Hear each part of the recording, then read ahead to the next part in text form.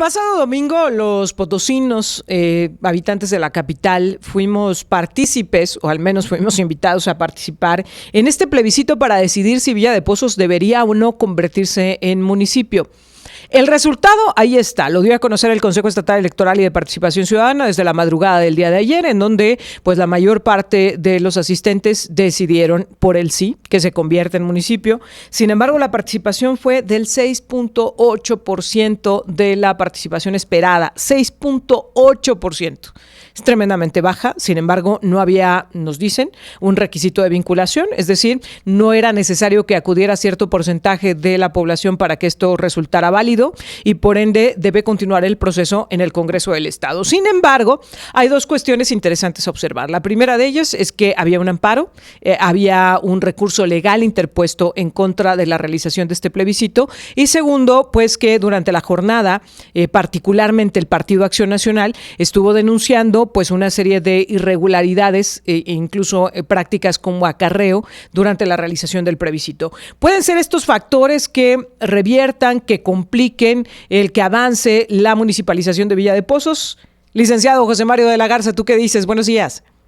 Hola Erika, ¿cómo estás? Muy buenos días. Qué gusto saludarte a ti y al auditorio. Pues mira, primero la reflexión de la poca participación, de la apatía y de pues que aunque el resultado sea positivo en cuanto a que la mayoría de los que participaron votaron porque Pozos sí sea un municipio, pues también te refleja que hasta dónde tomar una decisión que impacta el territorio, que impacta la construcción política, que impacta los recursos del Estado de San Luis Potosí, que nos impacta en el día con día, que deba de continuarse a partir de una participación tan baja, ¿no? Esta idea del plebiscito pues requiere, desde el punto de vista político no legal, pues que sí tengas una votación importante, ¿no? Entonces, aunque no es vinculante el resultado, es decir, y esto es importante aclararlo al auditorio, ¿verdad? Aunque la respuesta haya sido positiva, eso no necesariamente desemboca en que Pozos legalmente se vaya a constituir en un municipio, ¿no? Simplemente se tomó el parecer de la población, la participación fue bajísima y la mayoría de los que participaron dijeron que sí. Pero eso no es vinculante, no es obligatorio, ni tampoco implica necesariamente que el procedimiento que se sigue vaya a acabar en la constitución de un nuevo municipio. Entonces, ese es un primer tema. Uno segundo, como dices, pues hay una serie de asuntos legales que están pendientes, de juicios de amparo que han estado promoviendo ciudadanos, organizaciones civiles, partidos políticos. Licenciado, perdóname que te interrumpa en esta parte, pero cada vez vamos teniendo más complicaciones en la comunicación contigo. Alcanzamos a escuchar esta parte donde nos dices no es vinculante, aun y cuando la gente haya dicho que sí, no es obligatorio pues que continúe este proceso de municipalización, pero sí cumple una parte de los requisitos que se tienen como necesarios para poder avanzar en la municipalización de Villa de Pozos. Es lo que alcanzábamos a escuchar, que nos compartías en esta mañana sobre el tema de la poca participación que se dio por parte de los ciudadanos, pero quiero detenerme en ello. A ver, cuando nos dices que no es vinculante, ¿a qué te refieres? Me refiero a que la decisión de crear un municipio, aunque mayoritariamente se votó por el sí, eso no obliga a que el proceso necesariamente concluya en la creación de un nuevo municipio. No es una consulta vinculante y obligatoria. O sea, el Congreso no está obligado a votar por la creación de un nuevo municipio. No están obligados.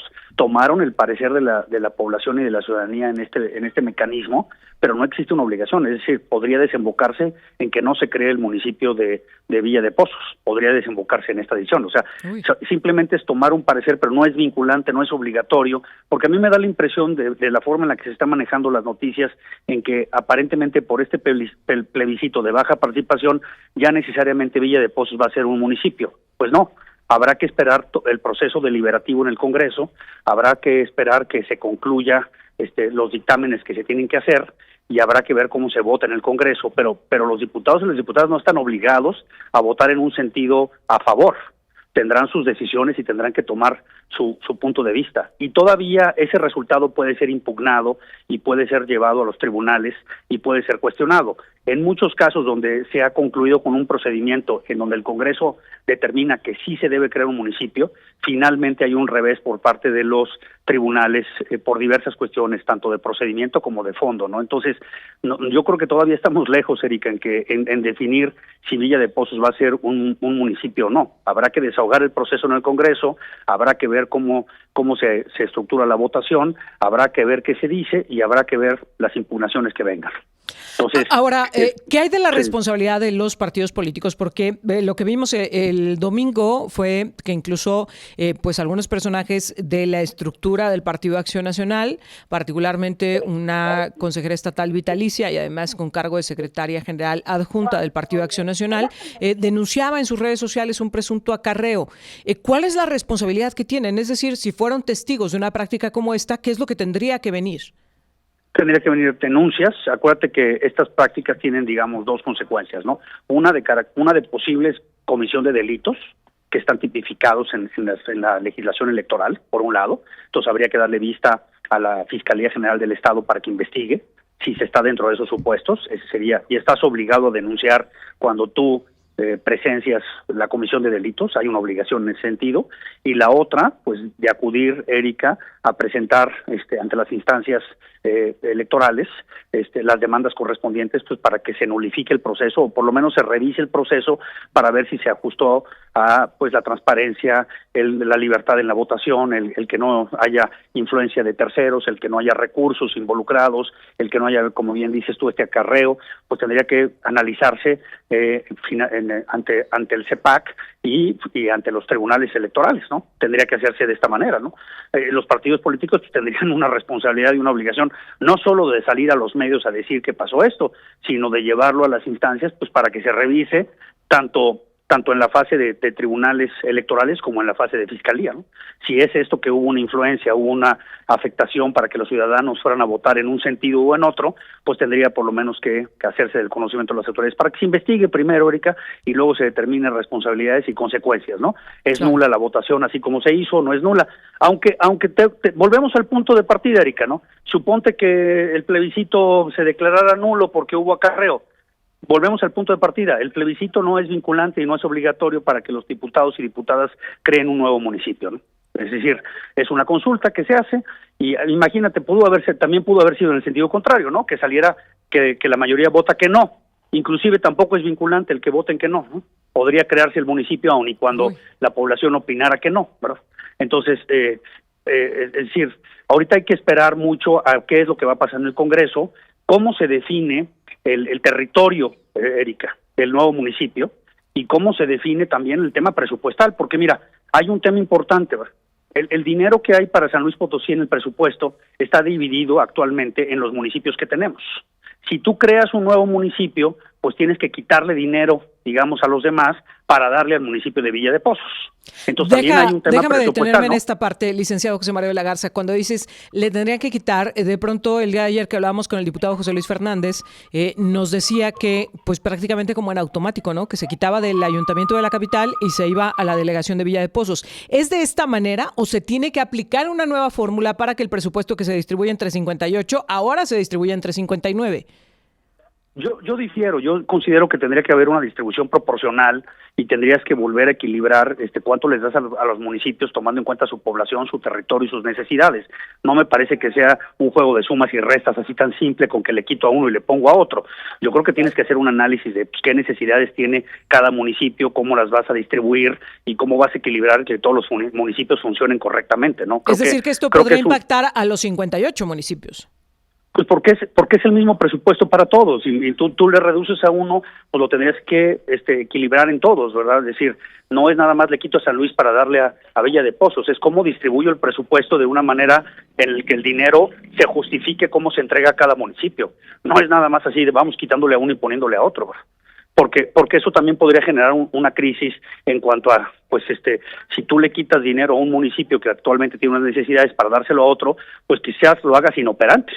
quizás lo hagas inoperante. Entonces, creo que también pasa por este análisis financiero, económico, de cómo se va a establecer esta mecánica de distribución de recursos, y luego, pues, qué territorio también vas a impactar, ¿no? Ahí también hay polémica en decir en dónde están los límites de Villa de Pozos, hasta dónde llega y cuál es el territorio, que también hay que crear un nuevo territorio con una demarcación política y geográfica, y eso pues también tiene muchas implicaciones, ¿no?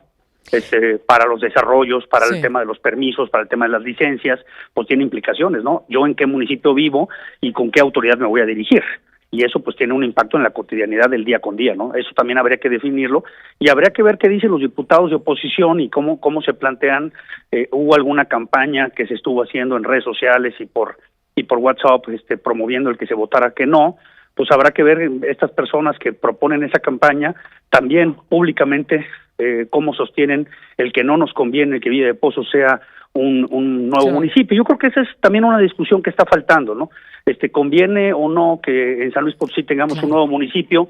¿Para qué conviene y por qué conviene? ¿O no conviene y no hay que hacerlo, ¿no? Creo que habría que abrir más el debate, ¿no? Porque si no se vuelve esto en este un sentido, creo que lo que faltó, y fue evidente, fue información a la población. La gente, por ejemplo, no entendía por qué tenía que participar si no vivía en la delegación de Villa de Pozos. Nosotros estuvimos haciendo un esfuerzo de manera previa para que la gente conociera los argumentos de los expertos en urbanismo, en temas legales, jurídicos, de administración pública, etcétera, que escucharan, pues, cuáles eran los posicionamientos sobre los riesgos y las ventajas de la conformación de un nuevo municipio. Sin embargo, pues esto lo hicimos como medio de comunicación. Faltó esta parte de la autoridad, es decir, del Consejo Estatal Electoral y de Participación Ciudadana por parte del Congreso del Estado. Faltó informar a la población de manera institucional de las implicaciones de la conformación de un municipio. A mí me parece que sí, Erika, coincido con tu planteamiento. Hubo muy poca información, hubo, digamos, poca claridad en para qué salir a votar, qué es lo que se pretendía, qué implicaciones tiene votar, qué es lo que se busca con el nuevo municipio, porque no es nada más, oye, mañana va a haber una votación y ubica tu casilla, ¿no? Es decir, ¿para qué es importante que tú acudas? ¿Por qué debes de acudir? ¿Y qué implicaciones tiene nuestra participación en la construcción de una democracia? Yo creo que pues, eso no se dijo, ¿no? Ni tampoco, como dices tú, por lo menos, imagínate, se me ocurre una página en internet con toda la información, los planos, la información técnica, la información financiera, ¿verdad? No sé, es decir, abrir a la transparencia, Erika, estas decisiones y ponerlas a la población, pues para que nos involucremos, ¿verdad? Hubo tanto apatía, pues primero por el desconocimiento y segundo, pues porque también hay un cierto hartazgo, ¿no? En estos procesos de decir, pues nos toman en cuenta pero nos usan, nos toman en cuenta pero tampoco importa y se vuelve todo un esquema de manipulación, de control y de intereses políticos que buscan tomar una decisión o la otra y pues el ciudadano reacciona, ¿no? Dice, pues no voy a ir a votar. Creo que también nos debe dar una lectura el no voto, ¿no? El no voto también habla por sí mismo y dice algo, ¿no? El que tan poca gente haya ido también tiene que leerse y tiene que estructurarse. Y acuérdate ahí de esos proyectos que había de contabilizar el voto nulo, ¿no? Yo aquí diría numerar los que no fueron, ¿por qué no fueron? Claro, y la cantidad de boletas que quedaron sin uso en este plebiscito es tremenda. Licenciado, tengo que hacer una pausa, pero al regresar quiero que hablemos justo de lo que se viene en los procesos electorales. Ya hay registros en Morena buscando el gobierno de la Ciudad de México y quiero que hablemos de esos perfiles al regresar. Enseguida volvemos. Por supuesto que sí, aquí esperamos, muy bien. Porque a la par estamos viendo cómo avanza el proceso electoral del 2024, aunque en San Luis Potosí lo pausaron para iniciar en el mes de enero, pues lo cierto es que a nivel nacional lo vemos correr. En el caso de la Ciudad de México, ayer se dieron los registros de los aspirantes al gobierno de la Ciudad de México por parte del Movimiento de Regeneración Nacional. Dicen ellos que no son candidatos, que son aspirantes a coordinar la defensa de la 4T en la Ciudad de México. Clara Brugada, Omar García Harfuch, Hugo López-Gatell son los nombres y me quiero detener en cada uno de ellos, licenciado, para analizar qué es lo que vamos a ver en la oferta política, porque muestra de lo que está sucediendo en la Ciudad de México es lo que vamos a ver de cara al 2024. Sí, efectivamente, ya se abrió el registro. Ayer ya vimos a estos personajes cumplir con los requisitos que les están poniendo y volver a hacer esta cuestión mediática de sacar a sus candidatos. Y ahí tienes a las 3 propuestas. Si quieres empezamos con el doctor Gatell. Por favor, que además tú le has dado seguimiento a su trayectoria. Que pues bueno, la trayectoria con el tema de COVID y la información que se ha comentado acerca del tratamiento de la pandemia pues ha sido muy cuestionada, pero básicamente lo que se comenta es que está buscando un premio de consolación, que le den una diputación para tener fuero y poderse proteger. ¿Está buscando impunidad? Pues sí, está buscando protegerse porque sabe que tampoco tiene afinidad con Claudia Sheinbaum, tampoco tiene afinidad con Xóchitl Gálvez, y entonces en cualquiera de las dos posiciones que gane, sabe que va a enfrentar demandas y juicios y responsabilidades que se le van a venir encima por el pésimo manejo que hizo en la pandemia y por los miles de muertos que ocasionó con su toma de decisiones superficiales y a la ligera. Y entonces lo que está buscando es competir para no ganar y para decir, pues denme un premio de consolación, aquí hay una diputación, con eso tengo un fuero y con eso me protejo de lo que se me va a venir. Entonces, más bien es un round de sombra para él colarse en el proceso, no tiene ninguna posibilidad, pero va a buscar el famosísimo esquema mexicano de participo para no ganar y algo me van a dar, ¿no? Entonces, esa es la posición del doctor Gatell y eso es lo que está buscando. Por supuesto que no tiene posibilidades. El candidato preferido de Claudia Sheinbaum es Harfuch, y es el que pues están apuntalando como el que continúa. No sé si has visto sus discursos, ¿no? Yo voy a continuar con lo mismo que ha hecho Claudia, y se vende como esta continuidad y como el candidato que está alineado con Claudia, ¿no? Creo que es lo que Claudia va a preferir y van a tratar de impulsar. No contaban con Brugada, que se le saliera un poco de control. Ayer ella, rompiendo todas las reglas, se presentó en las oficinas de Morena en la Ciudad de México a enseñar su registro que había hecho por internet con un grupo de personas y a decir pues que una mujer tendría que ser la que continúe en el gobierno de la Ciudad de México, y un poco pues ella tiene mucho arraigo, muchas posibilidades de tener aprobación, pero finalmente esto se maneja con encuestas, Erika, y entonces también hemos visto el tema que ya lo ha dicho Ebrard, que al final estas encuestas también las manipulan, y entonces quizás el resultado que vamos a ver es pues esta contienda ficticia entre estos tres, y al final van a posicionar a Harfuch para que quede como el favorito en las encuestas. Me parece que ese es el resultado que veremos, porque es el que Claudia apuntala, y la candidata a la presidencia pues va a querer tener una gente muy cercana en la Ciudad de México que le cuide las espaldas y que también cuide todo lo que ha pasado en la Ciudad de México, Erika, ¿no? No, ahí está la línea del metro, y ahí están una serie de responsabilidades que se han imputado a Claudia, pues necesita alguien de su equipo que la proteja también y que no se vaya a salir de control la Ciudad de México. Ahora, ¿le sirve más Omar García Harfuch en la Ciudad de México que en la Secretaría de Seguridad? Porque cuando anunció que se iba como parte del equipo de Claudia Sheinbaum, de pronto es la lectura que muchos le dieron. Claro, ¿cuál es la situación más complicada hoy en este país? La seguridad. Por eso se va a llevar a alguien de su confianza a esa secretaría, pero resulta que no, que se va a buscar el gobierno de la Ciudad de México. Pues mira, el tema, todo lo que se ha medido últimamente, Erika, indica que el tema y el único tema que va a trascender es el tema de la seguridad, efectivamente, ¿no? Ese va a ser, digamos, el punto de quiebre en las candidaturas, y va a ser el punto medular para que veamos las ofertas a los ciudadanos. Yo igual coincido contigo que él pudiera haber sido un mejor aliado en temas de seguridad, más que un administrador de la Ciudad de México. Toda su experiencia y toda su carrera ha sido como policía, ha sido en el tema de la seguridad, ¿no? Una cosa es estar metido en la seguridad de la Ciudad de México y otra cosa es administrar la Ciudad de México. Son dos cosas diferentes. Claro. Entonces, pues yo igual hubiera pensado que es así, pero creo que es una gente de total confianza de Claudia, es alguien muy cercana a su equipo, es alguien que tiene mucho contacto con ella, y yo creo que sopesó qué hacer. Por un lado está privilegiar la seguridad, pero por otro lado es tener a una gente de toda mi lealtad, que mañana que se vengan los temas de debate en la Ciudad de México con los candidatos de la oposición y que empiecen a cuestionar todo lo que se ha hecho, los contratos, las asignaciones, el dinero, pues el manejo de la Ciudad de México, Erika, que es muy complejo y que también puede abrir expedientes de corrupción. Claudia quiere estar muy protegida porque sabe que le puede hacer daño en su campaña. No es lo mismo que la posición de Xóchitl, que es una senadora en donde pues no manejas presupuesto, no estás tomando decisiones del día con día, claro, en una ciudad tan complicada como la Ciudad de México. Entonces Claudia dice, yo no quiero que en mi campaña me vayan a abrir un boquete con temas de la Ciudad de México,